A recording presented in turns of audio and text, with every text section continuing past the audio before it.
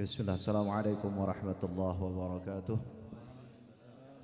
Bismillah, alhamdulillah, wassalatu wassalamu ala rasulillah Sayyidina Muhammad ibn Abdillah wa ala alihi wa sahbihi wa mawalah.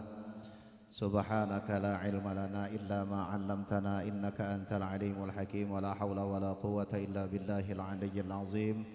Allahumma iftah lana ababa hikmatika wansur alaina rahmataka min khazaini rahmatika ya arhamar rahimin. Allahumma anfa'na bima 'allamtana wa 'allimna ma yanfa'una wa zidna 'ilma warzuqna fahma wa alhiqna bis salihin wa la hawla wa la quwwata illa billahil aliyyil azim. Wa ba'd. Faqad qala Allah ta'ala a'udzu billahi minasy syaithanir rajim. Udzina lil ladzina yuqataluna bi annahum zulimu wa anna Allah 'ala nasrihim laqadir. Alladzina ukhrijuna min diyarihim bighairi haqqin illa ay yaqulu rabbuna Allah walaula daf'ullahi an-nasa ba'dahum bi ba'din lahuddimat sawami'u wa bi'un wa salawatun wa masajidu yudhkaru fiha ismullahi katsir. Al-ayah. Sadaqallahul azim wa sadaqa rasuluhu an-nabiyyul karim wa nahnu ala dzalika minasy syahidin wasyakirin walhamdulillahi rabbil alamin.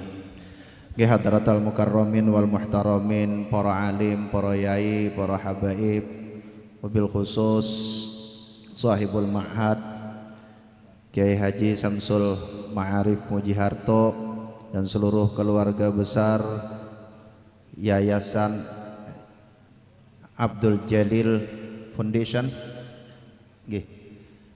Pondok Pesantren Afkaruna Yai Ato Habib Zaki kang kawula mulyakan, kini tak absen iki sak malaman suntuk niki. Pak Yai Megas Agus Masruri, Yai Salahuddin, Tuan Guru Bajang Masnun, dan ngapunten gene kula mboten ngabsen satu-satu ya Pak. Kok ngabsen satu-satu kok nek sak ngerampungke ngabsen mawon sak malaman. Ya alhamdulillah, puji syukur kehadirat Allah Subhanahu wa taala. Atas izin Allah Subhanahu wa taala dan sebagai bukti hormat kita kepada Allah yarham Kiai Abdul Jalil Sibawai, Bunyai Mahmudah Bahri, dan orang-orang tua kita yang sudah meninggalkan jejak-jejak ilmu pengetahuan kepada kita, kan karena sebab ilmu-ilmu beliaulah kita semua diizinkan oleh Allah Subhanahu wa taala untuk berkumpul dalam majelis ilmu, berkumpul dalam majelis salawat kepada baginda Rasul Sayyiduna Muhammad sallallahu alaihi wasallam. Mudah-mudahan karena sebab ini Allah Subhanahu wa taala kumpulkan kita semua di akhir tahta liwa'i Sayyidina Muhammadin sallallahu alaihi wasallam. Salawat dan salam kita haturkan kepada junjungan kita Nabiullah Sayyiduna Muhammad sallallahu alaihi wasallam. Mugi-mugi Allah Subhanahu wa taala anugerahkan kita syafaat beliau di hari akhir. Amin ya rabbal alamin. Nggih Bapak Ibu jamaah sekalian, para yai ngapunten nggih kula pamit niki nguyahi segara. Kula yo ngerti nek para wali santri Afkaruna niki wonten profesor. Tuh ketua napa tadi? Mana Prof Ibnu Burdah. Ketua wali santrina yo nggih profesor, yang guru kula. Nggih niki nek kalih nek wali santri ki ya senior-senior kula nggih. Jadi niki kayak nguyahi segara. Jadi kula niati niki mau izah kalih para santri mawon nggih. Santri si melek mboten? Santrine pundi? Ngacung santrine. Oh si melek santrine. Nek wali santrinya enggak usah ngacung gitu kan. Ki nek santri iki ana tugas ngerisum napa Pak Yai? No, iki wonten tugas ngerisum jadi. Nggih, kula sebenarnya tadi sambil jalan kali istri kula niatnya arep ngomong kali santri cerita tentang qaul yang dikutip oleh Habib Ibn Sumaid di kitab Allahumma shalli ala sayyidina Muhammad. Abuka salasatun al-aba'u salasatun, abuka alladhi waladaka wa abuka alladhi zawwaja ibnatahu wa abuka alladhi 'allamaka wa huwa afdaluhum. Tapi tiba-tiba karena dengar puisinya Prof Burdah tadi puisi Palestina, Bib. Oh, puisi Gaza gitu kan, puisi Gaza sama orasinya Bunyai Alain Najib tadi. Kalau switch ini biasanya, nek dalang itu bisa pindah lakon di tengah jalan juga. Dalang bisa pindah lakon di tengah jalan. Kalau pamit mau cerita tentang sedikit saja sebentar tentang kisah di surah Al-Hajj ayat 39 dan seterusnya, yakni ayat yang kulo bacakan tadi. Jadi ada riwayat dari Abdullah ibnu Abbas radhiyallahu taala anhu. Ujar Ibnu Abbas, sejak mereka berislam ikut kanjeng Nabi di Makkah, tidak kurang dari 60 kali mereka datang menghadap kanjeng Nabi sallallahu alaihi wasallam. Permintaannya sederhana. Setiap kali diganggu oleh orang kufar Quraisy, sahabat datang kali kanjeng Nabi. Ya Rasul, ayo kita lawan. Enggak, kata Nabi, tidak ada perintah. Datang lagi, diganggu lagi. Bahkan dalam riwayat kita gambarkan gangguannya macam-macam. Mulai dari sahabat yang menjadi syuhada pertama, keluarganya Ammar bin Yasar. Lalu Nabi dibunuh oleh orang kufar Quraisy. Nabi dan para sahabat diboikot sampai kelaparan. Tapi ngapun juga ini buatan kampanye kayak nggak usah makan siang dan susu gratis nggak pun beda topik. Ini beda topik Nabi dan para sahabat diboikot oleh orang-orang kufar Quraisy, diperangi, dimacam-macamin. Berkali-kali ujar Abdullah ibnu Abbas, sahabat datang kepada Nabi dalam perhitungan beliau tidak kurang dari 60 kali. Tapi kanjeng Nabi selalu menjawab, oh tidak ada perintah, kata Nabi. Sampai akhirnya kanjeng Nabi Sayyiduna Muhammad sallallahu alaihi wasallam diberi perintah oleh Allah dan para sahabat untuk hijrah ke Madinah. Hijrahlah ke Madinah. 2 tahun ada di Madinah, orang kufar Quraisy ternyata isengnya nggak berhenti, masih iseng aja. Saya nggak tahu nih adik-adik ngerisumnya nulis kufar Quraisy iseng gitu ada ya. Kan suruh nulis. Orang kufar Quraisy masih ganggu kanjeng Nabi.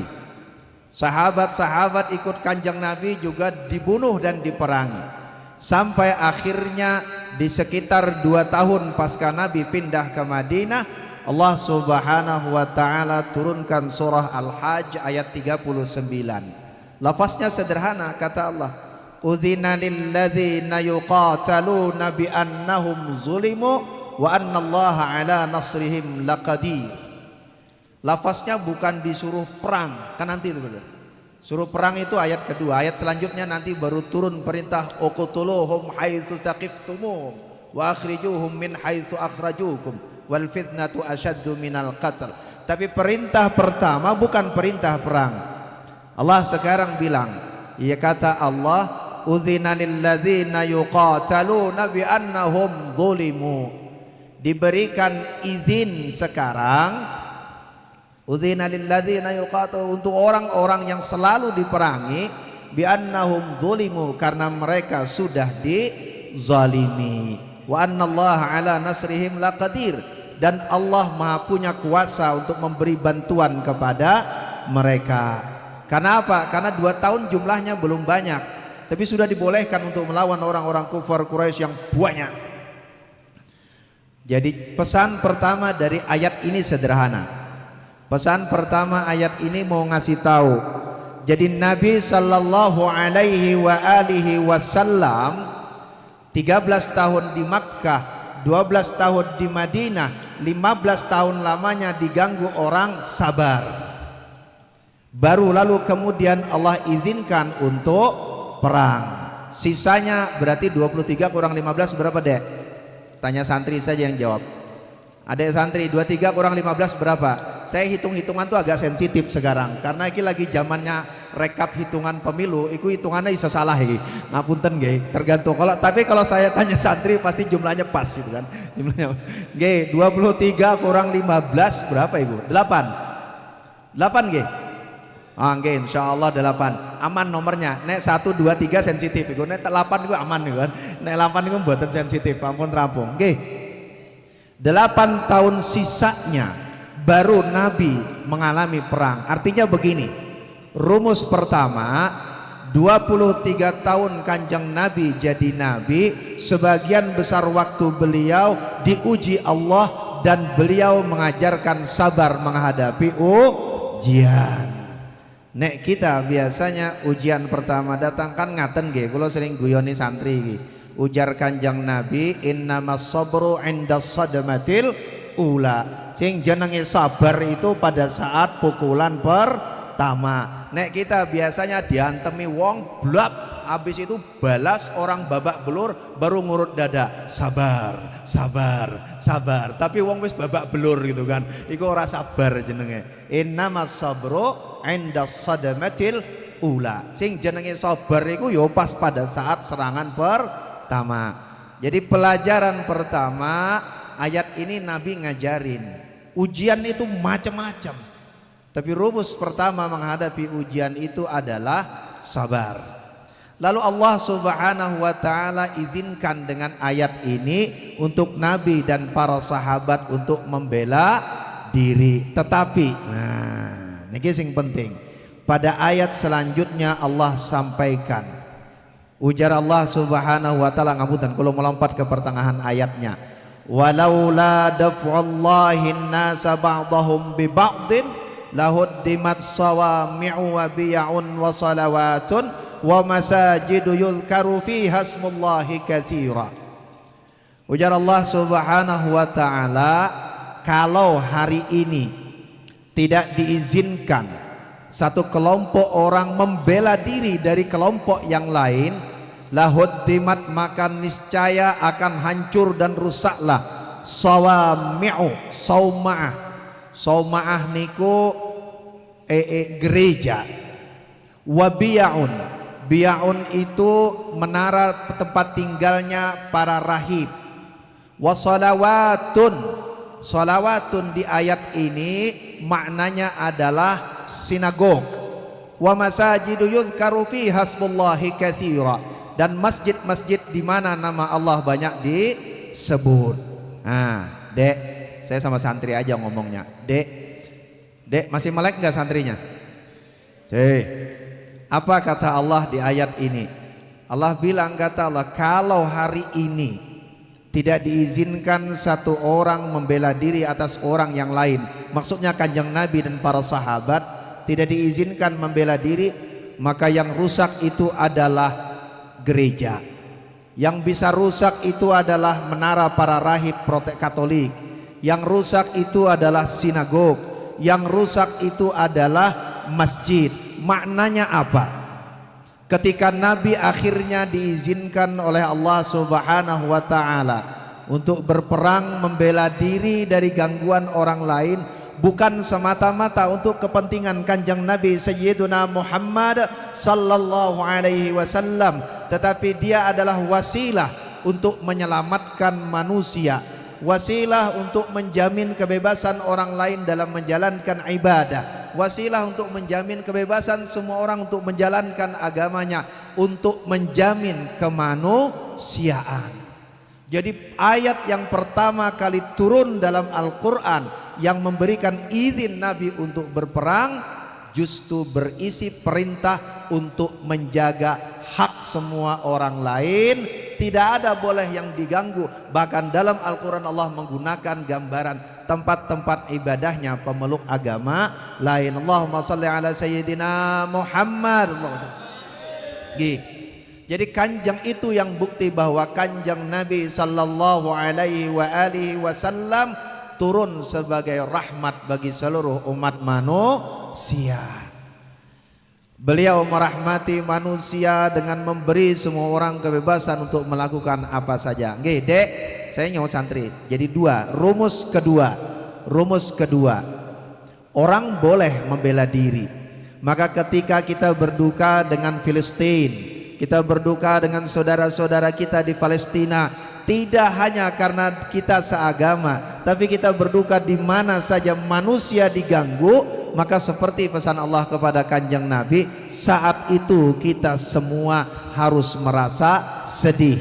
Al-insaniyatu qabla tadayyun. Kemanusiaan itu mengatasi keberagamaan kita. Bapak Ibu, adik saya sama santri lagi, adik-adik yang dirahmati Allah Subhanahu wa taala. Sekarang kedua, karena kalau tadi nyiapan cerita Bapak tadi nggih, cerita Bapak.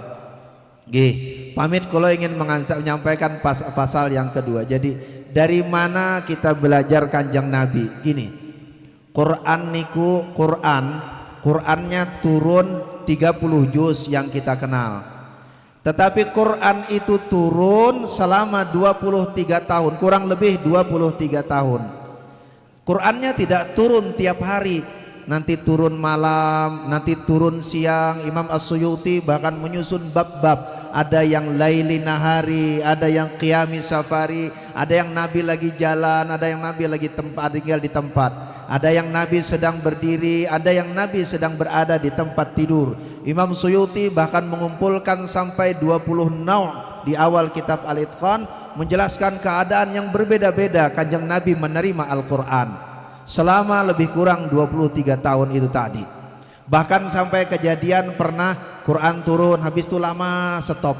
Kanjeng Nabi rada gelisah, gimana sih Gusti Allah, udah ngangkat aku jadi Nabi tapi kok yang gak turun-turun lagi ayatnya. Akhirnya turun surah Ad-Duha, ma wadda'aka rabbuka wa ma qala. Tenang mat, ente gak ditinggal.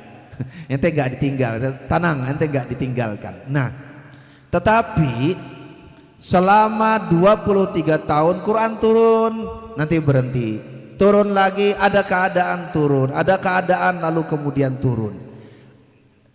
Bagaimana lalu kemudian kita bisa mengikut Quran dalam keseharian kita? Lalu Sayyidatuna Aisyah radhiyallahu ta'ala anha menggambarkan kana khuluquhul Quran. Jadi gini rumus yang ketiga. Rumus yang ketiga, Quran yang 30 juz itu dulu turun selama hampir 23 tahun. Dia turun dalam waktu yang berbeda-beda. Tetapi untuk bisa mengikut petunjuk Al-Quran, untuk bisa mengamalkan Al-Quran, maka satu-satunya rumus utama yang bisa kita ikuti adalah ngikut contohnya Kanjeng Nabi Sayyiduna Muhammad sallallahu alaihi wasallam. Nopo perkara iki penting? Zaman sakmene, zaman sekarang gampang sekali orang buka HP itu udah ketemu Quran sama terjemahnya. Orang buka HP sudah ketemu Quran dan tafsirnya. Tapi gara-gara buka Quran dan terjemahnya, orang lalu kemudian merasa bisa menghukumi orang lain.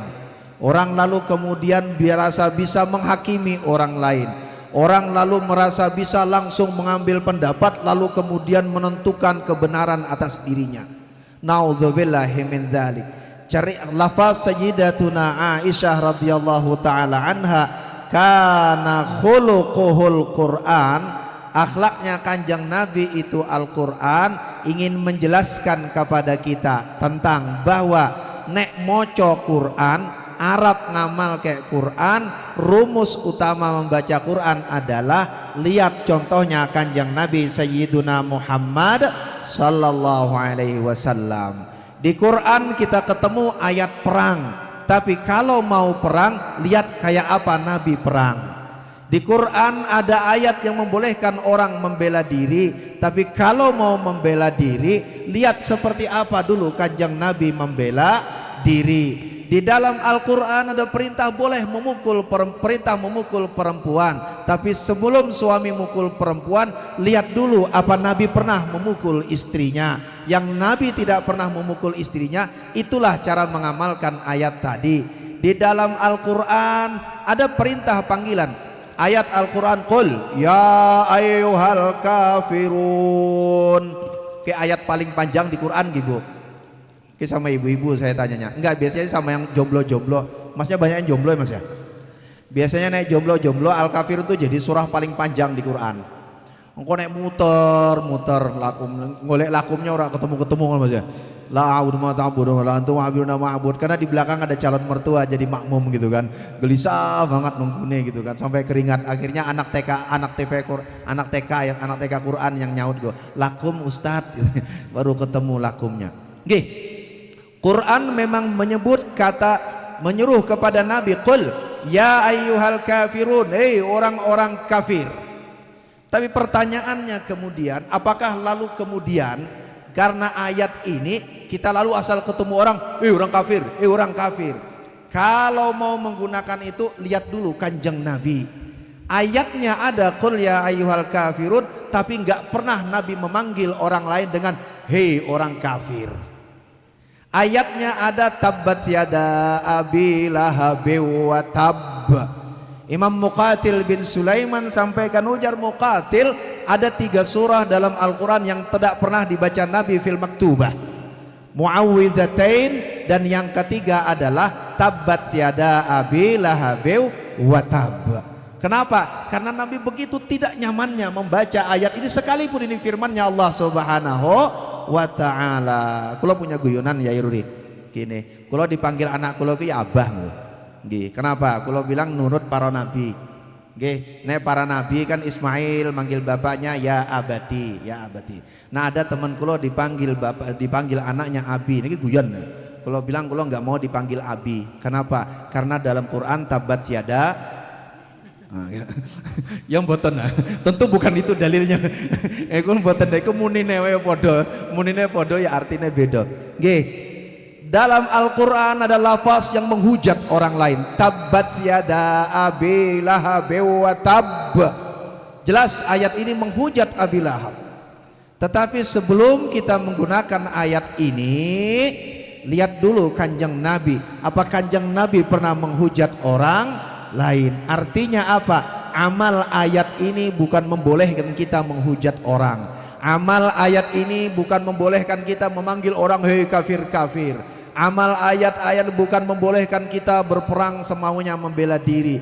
Tetapi amal ayat itu semua kembali kepada akhlaknya Kanjeng Nabi yang rahmatan lil alamin. Wallahu a'lam bisawab. Mugi manfaat barokah. Dek tak simpulkan deh ya, kalau ngerti nih adik-adik bin iso nyatat. Rumus pertama, Kanjeng Nabi menyontohkan kepada kita sabar dalam menjalani kehidupan terutama dalam agama. Rumus yang kedua, kita semua boleh membela diri, tetapi yang utama dari pembelaan diri kita adalah menjaga kemanusiaan semua orang, sebagaimana Kanjeng Nabi juga menjaga semua orang. Dan rumus ketiga, ketika kita mau mengamalkan Al-Quran, maka rumus pertama untuk mengamalkan Al-Quran adalah belajar tentang akhlaknya Kanjeng Nabi Sayyiduna Muhammad sallallahu alaihi wa alihi wasallam. Wa akhiran, semua itu dari mana datangnya? Semua yang kita bicarakan, akhlak Kanjeng Nabi, Al-Quran yang sampai kepada kita, sampailah kepada kita semuanya atas wasilah guru-guru kita. Karena sebab itulah malam hari ini kita hadir sama-sama haul, menghadiri haul tahrim dan ta'zim kita kepada keluarga besar Kiai Abdul Jalil Sibawai. Kita semua mengingat patuah Nyai Mahmudah Bahri. Kita semua belajar dari mereka, dari guru-guru kita, dari para habaib, dari kiai-kiai kita. Karena sabab itu semualah maka kita tahu akhlak Kanjeng Nabi. Karena sabab mereka semuanya lah kita tahu Al-Quran. Maka mudah-mudahan karena sabab itu semuanya, hadir kita pada malam hari ini menjadi hormat doa kita kepada mereka. Mugi-mugi jadi wasilah kita semuanya kumpul di hari akhir di surganya Allah Subhanahu wa ta'ala, dengan semua orang tua kita, dengan guru-guru kita, dengan kiai-kiai kita, dengan jiran tetangga kita, dengan saudara-saudara kita, dengan teman-teman kita. Semua kita bergelumuk, berkumpul-kumpul di hari akhir di surganya Allah Subhanahu wa ta'ala bersama dengan Kanjeng Nabi Sayyiduna Muhammad sallallahu alaihi wasallam. Dan dengan barakah malam nisfu Sya'ban ini kita bermohon Rabbana srif anna su'a wal fahsya bijahi nabiyika wa rasulika Sayyidina Muhammadin sallallahu alaihi wasallam, wa nakhussu li akhwatina fi Palestin bihaqqika wa judika wa karamika ya arhamar rahimin wa ya akramal akramin. Wallahu a'lam bissawab. Mohon maaf kalau salah kilap, kalau mohon maaf. wallahul muwaffiq ila aqwamit thariq. Wassalamu alaikum warahmatullahi wabarakatuh.